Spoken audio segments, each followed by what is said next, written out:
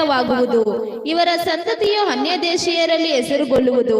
ಇವರನ್ನು ನೋಡುವವರೆಲ್ಲರೂ ಯೆಹೋವನು ಆಶೀರ್ವದಿಸಿದ ವಂಶವೂ ಇದೆ ಎಂದು ಒಪ್ಪಿಕೊಳ್ಳುವರು. ಹಲ್ಲೆಲೂಯ. ಐದನೇ ಕಾರ್ಯ, ಎಲ್ಲ ಜನರು ಕೂಡ ನಮ್ಮನ್ನು ನೋಡಿ ಹೇಳ್ತಾರೆ, ದೇವರು ಇವರನ್ನು ಆಶೀರ್ವದಿಸಿದ್ದಾರೆ. ಆಮೇಲೆ ಎಷ್ಟು ಜನ ಇದ್ದೀರಾ ಇಲ್ಲೇ? ದೇವರು ಇವರನ್ನ ಆಶೀರ್ವದಿಸಿದ್ದಾರೆ. ಹಲ್ಲೆಲೂಯ. ಇವತ್ತು ದೇವರು ನಮ್ಮನ್ನ ಆಶೀರ್ವದಿಸಿದ್ದಾರಾ ಅಂದ್ರೆ ಬೈಬಲ್ ಹೇಳ್ತದೆ, ನಮ್ಮನ್ನ ಆಲ್ರೆಡಿ ಆಶೀರ್ವಾದ ಮಾಡಿದ್ದಾರೆ. ಆಮೇಲೆ ಮನೆ ಆಲ್ರೆಡಿ ಇದ್ದೆ. ಎಷ್ಟು ಜನ ನಂಬ್ತಾ ಇದ್ದೀರಾ? ಅಯ್ಯಯ್ಯೋ ಸ್ವಾಮಿ ಸ್ತೋತ್ರಪ್ಪ.